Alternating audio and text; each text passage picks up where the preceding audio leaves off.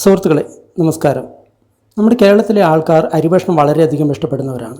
എന്നാൽ യാത്ര ചെയ്യുന്ന സമയത്തും അതേപോലെ തന്നെ നോർത്ത് ഇന്ത്യയിൽ പോകുന്ന സമയത്തും അവർ ഈ അരിഭക്ഷണം വാങ്ങിക്കുന്ന സമയത്ത് അത് നല്ല അരിയാണോ അതോ ഡ്യൂപ്ലിക്കേറ്റ് ആയിട്ടുള്ള അരിയാണോ എന്ന് അവർക്കറിയില്ല. ഞാൻ ഈ വാങ്ങിച്ച ഈ റൈസ് ഇതെനിക്ക് വളരെ കറക്റ്റായിട്ട് അറിയാം ഡ്യൂപ്ലിക്കേറ്റ് റൈസാണെന്ന്. കാരണം ബാസ്മതി അരിയോട് സാമ്യമുള്ള ഒരു അരിയാണ്. പക്ഷേ ഇതിൻ്റെ ടെക്സ്ചർ നോക്കിക്കഴിഞ്ഞാൽ നമുക്ക് മനസ്സിലാവും ഓരോ അരിയും ഓരോ തരത്തിലുള്ളതാണെന്ന്. അതുകൂടാതെ ഇതിൻ്റെ സ്വാദ് മൈദയുടെ സ്വാദിനോട് സാദൃശ്യമുള്ളതാണ്. ഒരിക്കലും ഇത് ഒരു നമ്മുടെ റൈസിനെ പോലെയുള്ള ഒരു ഇതല്ല, നമ്മുടെ അരിയെ പോലെ ഒരു സ്വാദുള്ള ഒരു സംഗതിയല്ല. വളരെ ലോങ് ആയിട്ടുള്ള ഒരു റൈസ് പോലെയുള്ള സാധനമാണിത്.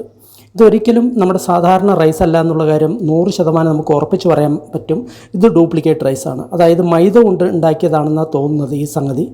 അപ്പോൾ നമുക്ക് നോക്കിക്കഴിഞ്ഞാൽ തന്നെ അറിയുന്നത് ഒരുപാട് നീളമുള്ളതാണ്. അതുകൂടാതെ പലതും പല സൈസിലാണ് ഇരിക്കുന്നത്. അതുകൂടാതെ ഈ വെന്ത സാധനം നമ്മളിങ്ങനെ നോക്കിക്കഴിഞ്ഞ് കഴിഞ്ഞാൽ ഈ റബ്ബർ മോരങ്ങനെ ഇങ്ങനെ വളഞ്ഞിരിക്കും. അപ്പോൾ ഇതെല്ലാം കൂടി നോക്കി നമുക്ക് കഴിച്ചു കഴിഞ്ഞാൽ തന്നെ അറിയാം ഇത് ശരിയായിട്ടുള്ള റൈസ് അല്ല എന്നുള്ളത്. അപ്പോൾ സുഹൃത്തുക്കളെ, തീർച്ചയായിട്ടും നിങ്ങൾ യാത്ര ചെയ്യുന്ന സമയത്ത് നിങ്ങൾ സാധാരണ റൈസ് വാങ്ങിക്കുന്ന സമയത്ത് അത് ഒരുപാട് നീളം കൂടുതലുള്ളതാണെങ്കിൽ തീർച്ചയായിട്ടും അത് വാങ്ങിക്കരുത്. അത് മിക്കവാറും ഡ്യൂപ്ലിക്കേറ്റ് ആവാനുള്ള ചാൻസ് വളരെ കൂടുതലാണ്. ചെറിയതും ഉണ്ടാവാം. പക്ഷേ നമ്മൾ അരി ഇപ്പോൾ കിട്ടുന്ന മിക്ക അരിയും, ഞാൻ മിക്കവാറും ഈ നോർത്ത് ഇന്ത്യയിൽ ഒരുപാട് യാത്ര ചെയ്യുന്ന ആളാണ്.